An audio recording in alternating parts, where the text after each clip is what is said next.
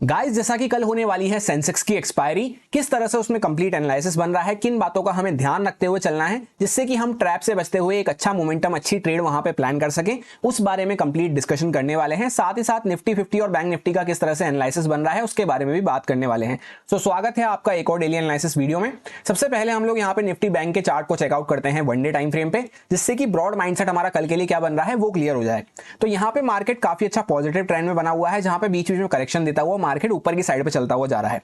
कल के दिन हमने सिंपल सा प्लान यही किया था ब्रॉड माइंडसेट में कि यहां पे एक हायर साइड पे आके हमने pause type of candle, spinning top candle बनाई है, जहां पे इसके बीच में अगर हम घूमते रहते हैं तो यहां पे ज्यादा कोई अच्छी अपॉर्चुनिटी नहीं मिल पाएगी। अगर मार्केट इसके ऊपर निकलना चालू करता है तो बाइंग में हम छोटे टारगेट्स प्लान करते हुए चल सकते हैं, अग्रेसिव होकर प्लान हम नहीं कर सकते, क्योंकि यहां से लो से लेकर हाई तक हमने ऑलरेडी 1200 प्लस पॉइंट्स का मोमेंटम कर दिया था। तो मैंने आपसे ये कहा था कि अगर मार्केट यहां से क्रॉस करता भी है तो बाइंग में हमें क्वांटिटी कम रखते हुए 80 से 100 पॉइंट के टारगेट प्लान करते हुए चलना पड़ेगा। उसी के साथ मैंने आपसे ये भी कहा था कि सेलिंग साइड पे अगर कोई सेटअप मिलता है, चाहे मार्केट गैप अप खुले, फ्लैट खुले, गैप डाउन खुले, सेलिंग साइड पे हमें ज्यादा अच्छा मोमेंटम मिल सकता है, क्योंकि बायर्स जो हैं काफी अच्छे प्रॉफिट में बैठे हैं, तो मार्केट इनको थोड़ा सा यहाँ पे टारगेट करने जा सकता है। सेलर्स तो ऑलरेडी वैसे ही कम देखने को मिल रहे थे, तो ज्यादा बड़े मोमेंटम का वैसे भी स्कोप नहीं था। तो होपफुली आपको मजा आया होगा। आज के दिन मार्केट गैप अप खुला, उसके बाद काफी अच्छी सेलिंग हमें देखने को मिली और अभी कहीं ना कहीं मार्केट ने वापस से सेंटर में क्लोज कर दिया है, जहां पे आप देखेंगे ऊपर से हम नीचे आए, नीचे से वापस से रिकवर करके एकदम सेंटर में, कैंडल के जो सेंटर होता है वहां पे हम खड़े हुए हैं। मैं एक बार आपको जूम करके दिखा देता हूं। तो जब यहाँ पे इसके ऊपर कुछ निकलते हैं या फिर नीचे निकलते हैं तभी एक अच्छा मोमेंटम प्लान कर सकते हैं। बीच में थोड़ा सा वोल्टिलिटी हमें देखने को मिलेगी, क्योंकि ऊपर से यहाँ पे कॉल सेलिंग स्टार्ट हो चुकी होगी, नीचे से पुट सेलिंग स्टार्ट हो चुकी होगी, तो ऑप्शन सेलर चाहेंगे कि मार्केट इसी के बीच में बना रहे। वहीं पे सपोज करते हैं मार्केट गैप अप खुल के ऊपर जा रहा है, तो हम बाइंग में प्लान रखते हुए चल सकते हैं, जहां पे जो भी सेलर्स यहाँ पे बचे हुए हैं उनकी पोजीशन कवर होना चालू होगी। वो जब एग्जिट करना चालू करेंगे तो एक बाइंग साइड का मोमेंटम हमें मिल सकता है। इसी के साथ मार्केट अगर थोड़ा बहुत गैप डाउन खुलता है वापस से, तो फिर ये सेलिंग हो सकता है थोड़ी कंटिन्यू हो जाए, जहां पे हम इन लोज वगैरह के आसपास तक या इसके भी नीचे जा सकते हैं। फिर यहाँ पे एक हमारा गैप पेंडिंग पड़ा हुआ है। तो कल के दिन सिंपल सा एक लाइन में ब्रॉड माइंडसेट हमारा क्या बना कि बीच के एरिया को थोड़ा सा हमें अवॉइड करते हुए चलना है, ऊपर या नीचे की साइड पे एक मोमेंटम हम प्लान कर सकते हैं। अब इसको लोअर टाइम फ्रेम पे किस तरह से कंडीशंस हम प्लान कर सकते हैं उसको एक बार डिस्कस कर लेते हैं। सबसे पहले तो 15 मिनट टाइम फ्रेम पे ये कुछ लेवल्स वगैरह को हमने डिस्कस किया था, और प्लान मैंने आपको सिंपल यही शेयर किया था कि यहाँ पे हायर साइड पे ही हम एक रेंज बना रहे हैं, जहां पे बायर सेलर्स दोनों बैठे होंगे, और 53,000 का मार्केट ने एक्जेक्टली सपोर्ट लिया है, यहाँ पे 52,500 का एक्जेक्टली सपोर्ट लिया है। तो मार्केट डायरेक्टली यहां से भगता हुआ ऊपर इस तरह से नहीं जा सकता। तो थोड़ा बहुत मार्केट ऊपर जाता भी है तो उसमें नीचे आ सकता है वापस से, क्योंकि ज्यादा सेलर्स के स्टॉप लॉस भी देखने को नहीं मिल रहे। और मार्केट यहाँ तो गैप अप ही खुल गया। तो गैप अप के केस में हमने ये प्लान किया था कि मार्केट अगर डायरेक्टली सेलिंग में आ रहा है या थोड़ा बहुत ऊपर जाके वापस से सेलिंग में आता है, तो हम सेलिंग साइड पे माइंडसेट रखते हुए चल सकते हैं। जहां पे अगर मार्केट 53,000 वगैरह को ब्रेक डाउन करता है, तो जिन लोगों ने भी यहाँ पे ट्रेल कर रखा होगा अपनी पोजीशन को, बाइंग साइड की पोजीशन को, वो यहाँ पे बुक करना चालू कर सकते हैं। एक्जेक्टली मार्केट गैप अप खुला, फर्स्ट टिक के साथ ही यहाँ पे नीचे आ गया, जहां पे रेंज हमारी थी वहां पे हम वापस से आ चुके थे। यहाँ पे थोड़ी देर मार्केट ने होल्ड किया, और जैसे ही मार्केट यहाँ पे एक्जेक्टली जो हमारा रेजिस्टेंस मार्क था 200 के आसपास, यहाँ पे market back to back resistance face करता रहा। एक बार मैं आपको जूम करके दिखाता हूं। फिर जैसे ही मार्केट ने यहाँ पे एक इनसाइड कैंडल बनाई, प्रॉपर आप देख सकते हैं यहाँ पे रेजिस्टेंस के आसपास एक इनसाइड कैंडल हमें देखने को मिल रही है। इसका जैसे ही ब्रेकडाउन हुआ, काफी अच्छा मोमेंटम हमें यहाँ तक का देखने को मिला, जहां पे नेक्स्ट सपोर्ट हमारा मार्क था। क्योंकि इसके तो हमने ब्रेकडाउन के लिए वैसे ही प्लान किया था, क्योंकि यहाँ पे लोग ट्रेल करके बैठे थे, तो उनके स्टॉप लॉस जब यहाँ पे कवर होना चालू हुए तो यहाँ तक का एक मोमेंटम हमें देखने को मिला। फिर यहाँ पे भी वापस से एक इनसाइड कैंडल बना के मार्केट धीरे धीरे करता हुआ ऊपर की साइड पे गया है। मैंने खुद ने भी पर्सनली इस मोमेंटम में एक ट्रेड यहाँ पे प्लान करी थी, जिसमें काफी अच्छा प्रॉफिट मुझे दिख रहा था, उसको मैंने ट्रेल करके छोड़ दिया था। अगर आप टेलीग्राम फैमिली का पार्ट नहीं है तो ज्वाइन कर सकते हैं। टेलीग्राम पे मैंने आपको उसकी डिटेल शेयर करी थी मॉर्निंग में, कि यहाँ पे एक्जैक्टली मैंने इस लेवल के आसपास कहीं पे एग्जैक्ट टाइम आप वहां पे चेकआउट कर सकते हैं, यहाँ पे एंटर किया था। उसके पीछे का सिंपल सा रीजन ये था कि साइकोलॉजी मैंने आपको समझा दी, और टेक्निकल वाइज हम यहाँ पे रेजिस्टेंस लेवल के आसपास आके और प्रॉपर इनसाइड कैंडल बनाना चालू करे थे। तो इनसाइड कैंडल की वजह से यहाँ पे देखते हुए कि मार्केट ऊपर नहीं जा पा रहा, नीचे अगर ब्रेकडाउन करता है तो एक अच्छा मोमेंटम मिल सकता है। यहाँ पे एक ट्रेड प्लान करी थी, जिसको यहाँ तक इस लेवल के आसपास तक मेरे को बहुत अच्छा प्रॉफिट दिख रहा था। 320 के आसपास प्रीमियम लिया गया था, और वहां पे 520 540 तक भी वो प्रीमियम जाता हुआ नजर आया था यहाँ पे जब हम टच कर रहे थे। तो मैंने उसको अच्छा खासा ट्रेल करके छोड़ दिया था। उसके बाद जब यहाँ पे वापस से मार्केट धीरे धीरे करता हुआ ऊपर आया, तो 53,000 के ऊपर मैंने उसको ट्रेल कर रखा था। जब वापस से मार्केट यहाँ पे यू टर्न लेने लगा यहाँ से, तब यहाँ पे एक्जेक्टली मैंने उसको बुक कर दिया। एंट्री का रीजन तो सिंपल सा था कि हमारा माइंडसेट ही मेजर सेलिंग साइड पर था। जैसा मैंने आपसे कहा था कि सेलिंग हम अग्रेसिव होकर कर सकते हैं, आज के दिन बाइंग हम अग्रेसिव होकर नहीं कर सकते।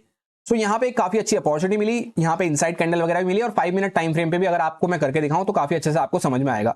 जैसा आप देख सकते हैं यहाँ से back to back market resistance face कर रहा था, अगर मार्केट को ऊपर जाना था तो यहां से जा सकता था, नहीं गया वापस जा सकता था। तो कई बार मार्केट ने यहाँ पे ऊपर जा रहा हूं इस तरह से करके बायर्स को यहाँ पे इन्वाइट कर लिया था, और ये पूरी हमारी एक प्रॉपर रेंज थी जिसकी हायर साइड पे हम रेजिस्टेंस फेस कर रहे थे। तो जब यहां से निकलना चालू करे एग्जैक्टली इस लेवल के आसपास ही मैंने एंट्री प्लान करी थी, जिसमें बहुत अच्छा मोमेंटम मुझे देखने को मिला।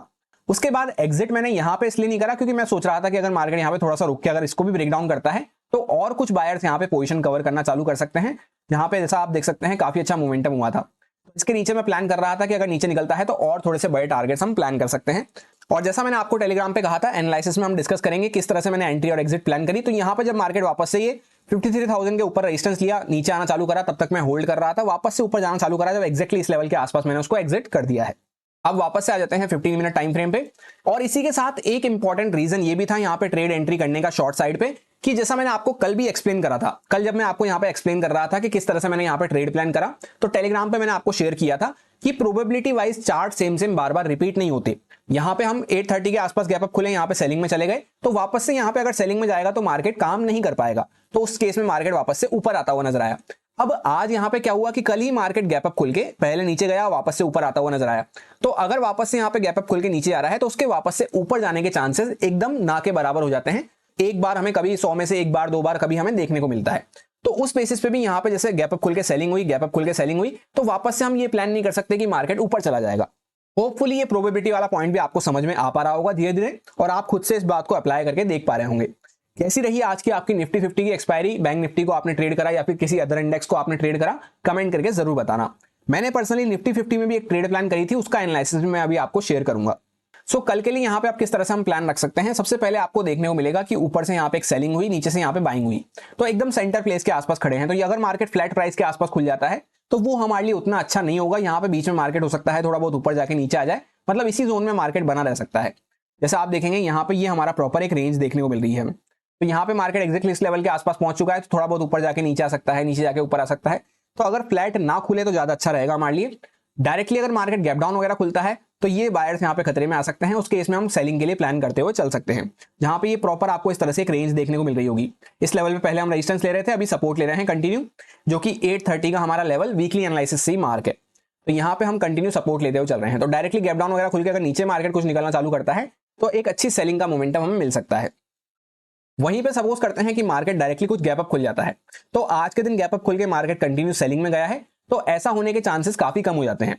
जैसे यहाँ पे मार्केट नीचे आएगा, वापस से क्लोजिंग प्राइस पे जैसे सपोर्ट लिया, सपोर्ट लेगा, फिर वापस से ब्रेकडाउन करेगा, तो ऐसा होने के चांसेस कम हो जाते हैं। तो गैप अप के केस में अगर बाइंग साइड पे कुछ प्राइस मिलता है तो हम उस साइड पे फोकस रखते हुए चल सकते हैं। फ्लैट वैसे तो ना खुले तो ज्यादा अच्छा है, पर फिर भी अगर फ्लैट प्राइस के आसपास हम खुल जाते हैं तो मैं थोड़ा ये एरिया को अवॉइड करने की कोशिश करूंगा। अगर मार्केट जहां पे नीचे ऊपर निकल रहा है उस साइड पे हम कुछ मोमेंटम प्लान कर सकते हैं। लेवल्स वगैरह सारे एज इट इज वही है, point two point, dot to dot आप चेकआउट कर सकते हैं, काफी परफेक्टली वर्क करते हुए नजर आ रहे हैं। अब हम लोग आ चुके हैं निफ्टी 50 के चार्ट पे। सबसे पहले वन डे टाइम फ्रेम पे डिस्कस करते हैं।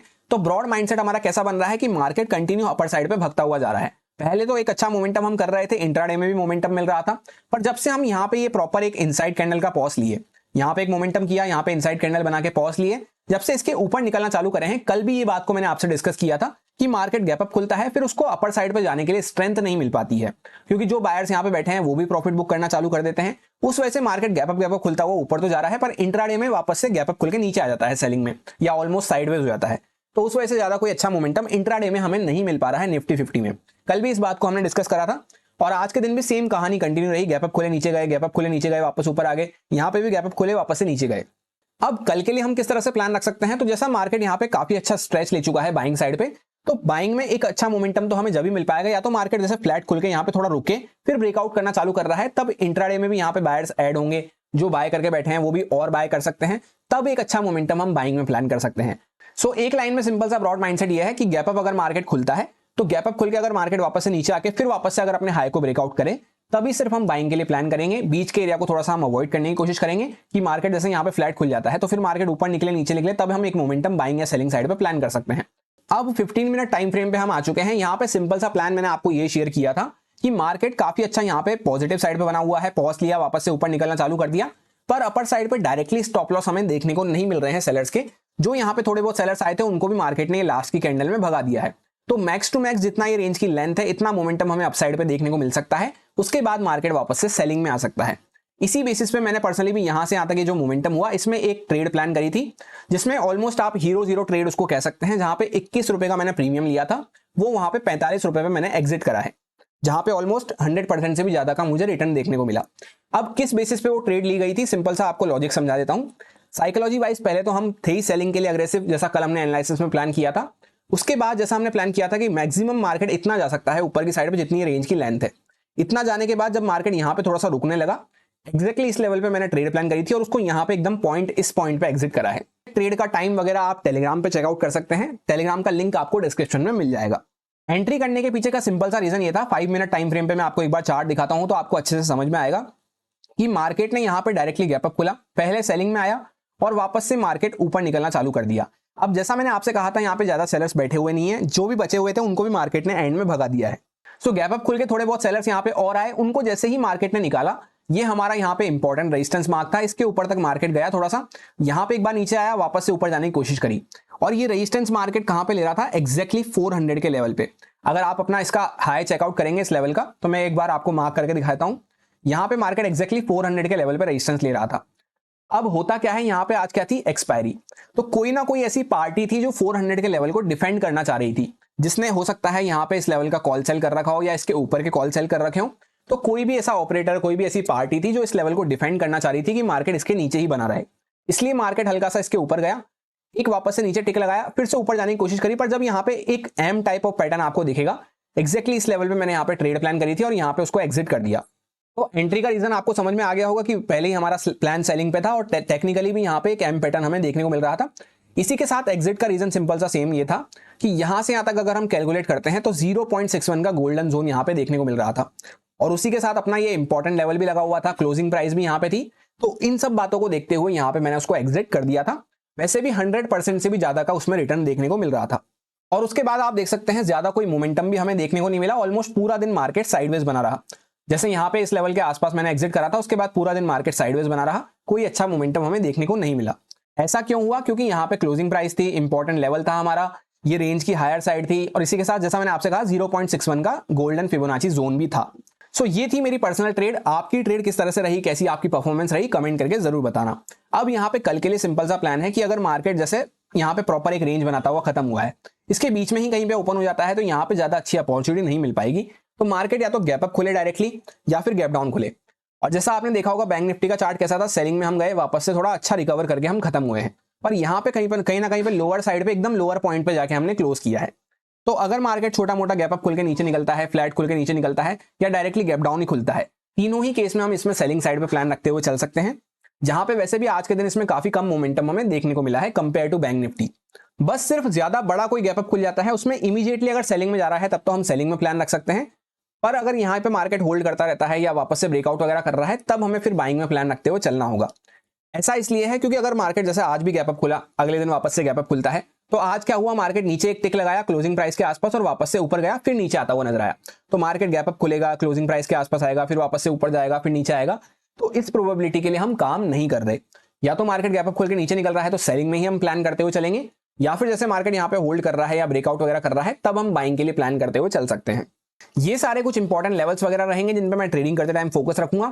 यहाँ पे 247 के आसपास एक हमारा लोअर साइड लगा हुआ है रेंज का, अगर मार्केट यहाँ पे आता है तो एक सपोर्ट मिल सकता है, फिर इसके नीचे अगर ब्रेकडाउन करेगा तो फर्दर हमें 166 के आसपास, जहां से ये प्रॉपर हम पहले रेजिस्टेंस फेस कर रहे थे, इसी के ऊपर मार्केट गैप अप खुला, तो अभी हम सस्टेन करते हुए नजर आ रहे हैं। अपर साइड पे 400 के आसपास हमने एक्जैक्टली रेजिस्टेंस लिया है आज के दिन पे, इसके ऊपर अगर निकलते हैं तो 500 का साइकोलॉजिकल लेवल निकल के आने वाला है। जैसा मैंने आपसे कहा, एक लाइन में सिंपल सा प्लान यही है कि दोनों ही इंडेक्स में अभी हम सेंटर पार्ट में खड़े हुए हैं, यहां से बाइंग में गए, यहां से सेलिंग में आए, सेंटर पार्ट में खड़े हुए हैं, इसी वजह से मार्केट यहां पे कंफ्यूज बना हुआ है। सो बीच में अगर फ्लैट प्राइस के आसपास ना खुले तो वो हमारे लिए ज्यादा अच्छा रहेगा, पर खुल जाता है तो हमें थोड़ा वेट करना है, फिर जिस साइड में मार्केट ऊपर नीचे निकलता है तब हम प्लान कर सकते हैं। अब यह है सेंसेक्स का चार्ट, कल इसकी एक्सपायरी होने वाली है। वैसे तो सेम सारी निफ्टी 50 जैसी ही कंडीशन रहेगी इसमें, यहां से काफी अच्छा मूव करते हुए हम चल रहे हैं, एक अच्छा स्ट्रेच ले चुके हैं बाइंग साइड पे, यहां से आज के दिन कुछ कॉल सेलर्स बैठना चालू करे होंगे, एक्सपायरी पे ऑप्शन सेलर्स और ये राउंड नंबर लेवल्स 500 के और 1000 के काफी इंपॉर्टेंट हो जाते हैं। तो 500 के आसपास यहाँ पे कॉल सेलर्स बैठे होंगे, यहीं पे हमारा इसके आसपास ही हमारा हाई लगा हुआ है। तो अगर मार्केट इसके ऊपर कुछ जाता है तभी यहाँ पे कॉल सेलर्स को हम ट्रैप कर सकते हैं, तभी बाइंग साइड पे एक अच्छा मोमेंटम मिल सकता है।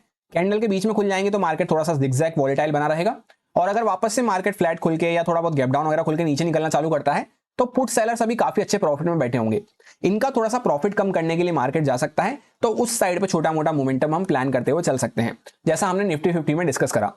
अब 15 मिनट टाइम फ्रेम पे हम आ चुके हैं। सेम निफ्टी 50 जैसा ही चार्ट है कि मार्केट यहाँ पे गैप अप खोल के ऊपर निकलता हुआ जा रहा है, पर इंट्राडे में कोई बाइंग अच्छा मूव हमें देखने को नहीं मिल रहा बाइंग साइड पे। तो आज के दिन जैसा मार्केट गैप अप खोल के पहले नीचे आया, फिर ऊपर गया, फिर नीचे आया, तो अगर वापस से गैप अप खुल रहा है तो इस प्रोबेबिलिटी के लिए हमें काम नहीं करना है। या तो मार्केट गैप अप खोल के यहीं पे सस्टेन कर रहा है तो हम ब्रेकआउट वगैरह के लिए प्लान कर सकते हैं, या फिर मार्केट डायरेक्टली ऊपर जा रहा है तो भी हम बाइंग के लिए प्लान रखते हुए चल सकते हैं। और गैप अप खुलते ही इमीडिएटली अगर मार्केट सेलिंग में जा रहा है तो फिर क्लोजिंग प्राइस के आसपास सपोर्ट लेगा, फिर वापस से मार्केट ऊपर जाएगा, उसके चांसेस कम हो जाते हैं। तो कहीं ना कहीं हमें सेलिंग साइड पे ही प्लान करते हुए चलना है। फ्लैट प्राइस के आसपास यहाँ पे एक प्रॉपर रेंज देखने को मिल रही है, तो फ्लैट ना खुले तो ज्यादा अच्छा रहेगा, क्योंकि उस केस में यहीं पे मार्केट टाइम पास करता हुआ भी रह सकता है। फिर भी अगर फ्लैट खुल जाते हैं तो हमें इसको इस एरिया को इग्नोर कर देना है। अगर मार्केट थोड़ा नीचे निकलना चालू करता है तब हम यहाँ पे कुछ ये बायर्स की पोजीशन को टारगेट करते हुए थोड़ा सा सेलिंग में प्लान कर सकते हैं, या फिर जैसे डायरेक्टली गैप डाउन वगैरह मार्केट खुलता है तब भी हम कुछ सेलिंग के लिए प्लान करते हुए चल सकते हैं। यहाँ पे एक गैप भी हमारा पेंडिंग पड़ा हुआ है। ये सारे कुछ इंपॉर्टेंट लेवल्स रहेंगे जिन पे मैं ट्रेडिंग करते टाइम फोकस रखूंगा। यहाँ पे 500 का साइकोलॉजिकल लेवल है, 80,500 का। 80,000 के आसपास यहाँ पे भी एक साइकोलॉजिकल लेवल के आसपास हमने क्लोज किया है। 800 के आसपास यहाँ पे एक इंपॉर्टेंट लेवल हो जाता है रेंज की लोअर साइड, और इसके नीचे 500 के आसपास का साइकोलॉजिकल लेवल निकल के आएगा 79,500 का। यहाँ पे ये गैप भी हमारा फुलफिल होता हुआ नजर आएगा। सो यही मेरा सिंपल सा एनालिसिस बन रहा था तीनों इंडेक्सेस में, जो आपके साथ प्योरली एजुकेशन एक्सपीरियंस पर्पस से शेयर किया गया है, सारे लॉजिक्स एंड रीजंस को एक्सप्लेन करते हुए काफी डिटेल में।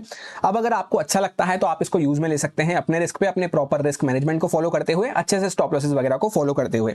Happy Sensex expiry. Thank you.